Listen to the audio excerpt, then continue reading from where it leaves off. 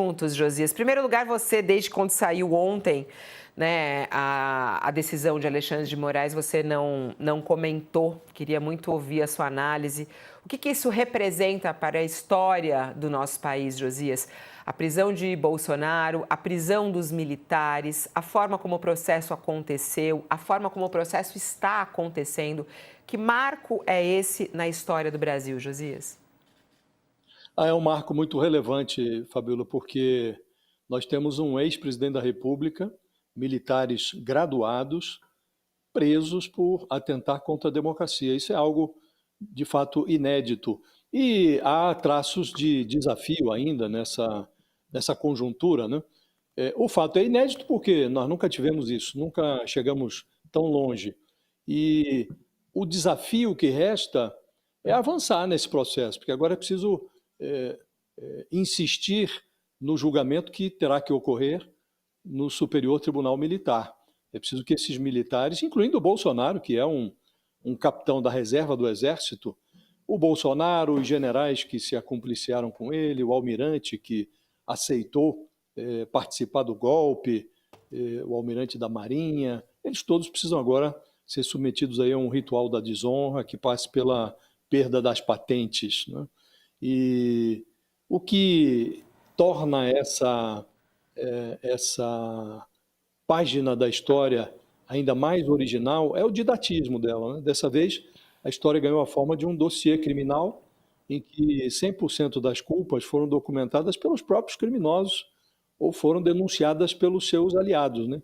Esse roteiro inclui delação de um tenente-coronel, depoimentos de comandantes militares que resistiram ao golpe e um monturo ali, um monte de provas que os golpistas produziram contra si mesmos, né?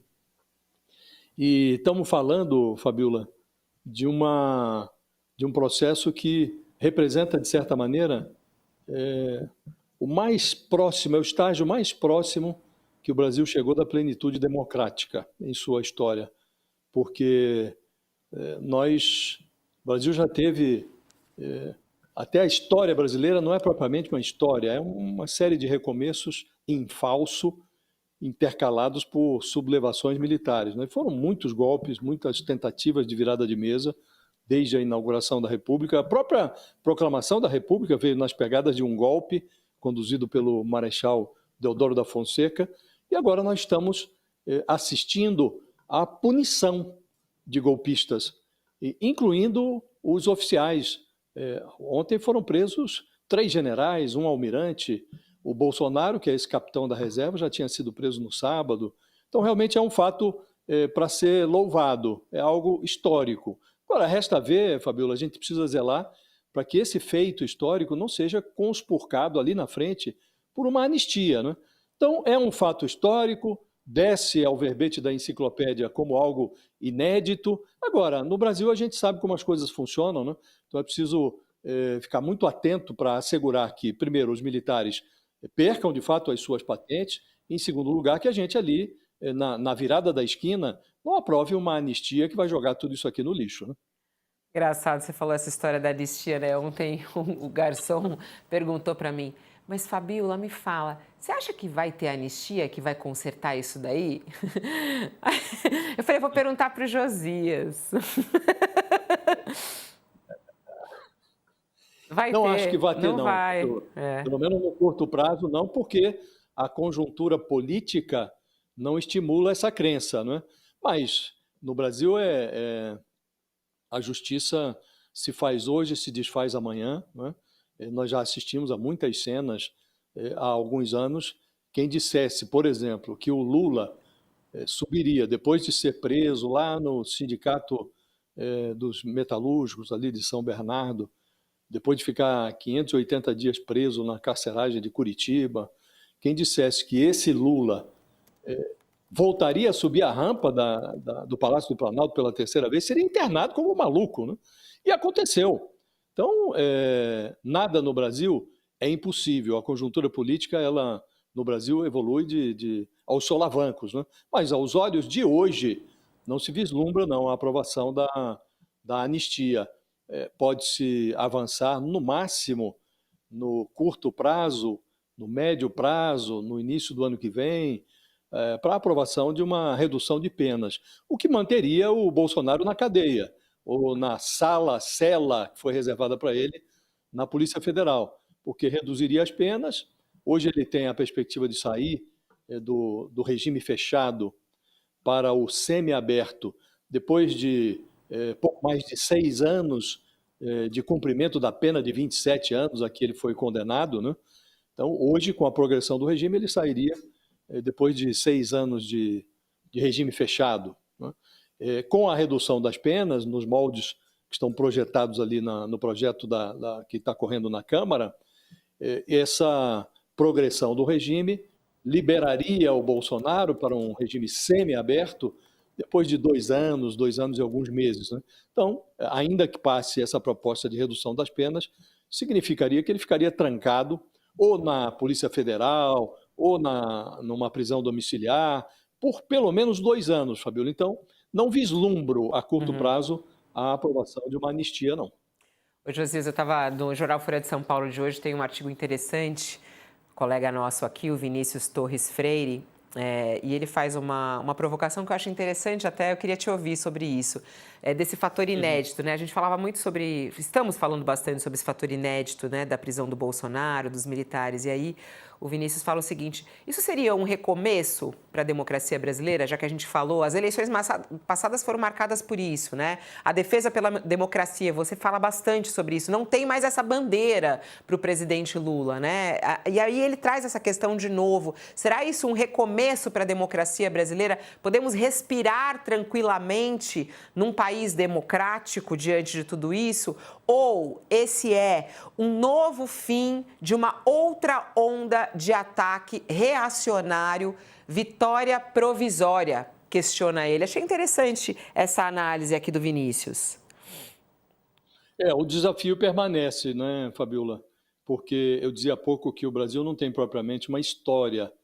O que nós temos é uma série de recomeços em falso. E os desafios assediam ainda a historiografia nacional, né? E o que está acontecendo agora é muito curioso, porque o bolsonarismo passou a seguir a lei de Muricy. Cada um cuida de si. Com o Bolsonaro trancado ali na carceragem da Polícia Federal, de fato, o bolsonarismo agora observa essa lei de Muricy, ela foi sancionada pela sabedoria popular, né? E já foi mencionada até num livro célebre, Os Sertões, e ela prevê que em tempos difíceis cada um cuida de si.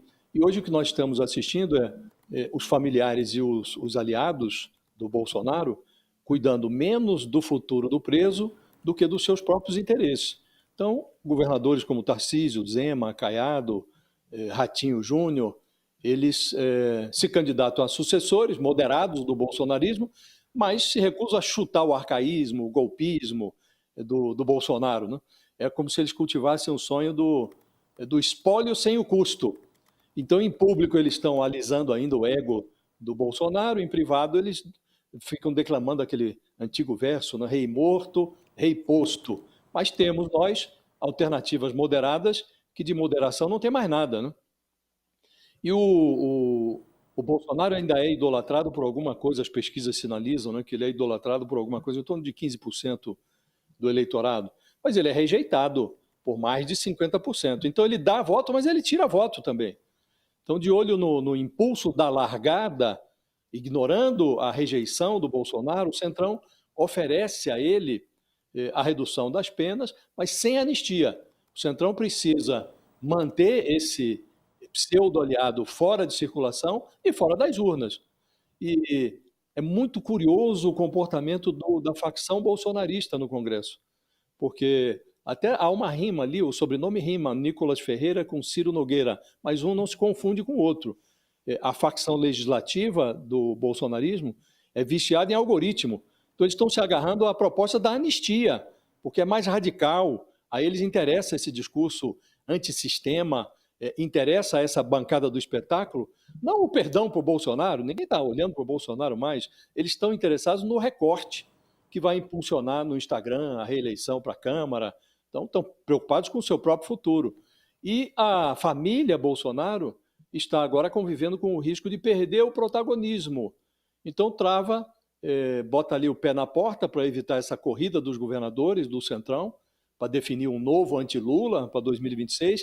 E é curioso, a gente assiste agora uma disputa da Michele e do primogênito Flávio Bolsonaro. Os dois estão disputando a função de porta-voz do cárcere, porta-voz do preso. E, ao mesmo tempo, eles estimulam o balão de ensaio que coloca alguém da família, de preferência um dos dois, na urna de 2026. Então, há de tudo, Fabíola, nesse hacking do Bolsonaro, há de tudo, menos preocupação genuína com o futuro do zumbi, que agora está submetido ali, preso na Polícia Federal e submetido aos rigores da lei de Muricy. Então, nós temos esse cenário. Tem, de um lado, o Lula, que é candidato à presidência, sabe-se que a eleição vai ser muito apertada em 2026 e não se tem ainda uma noção de quem estará do outro lado. Esse que estará do outro lado, no mínimo, a gente deveria exigir, diante de tudo que passamos, que fosse alguém que refutasse, pelo menos,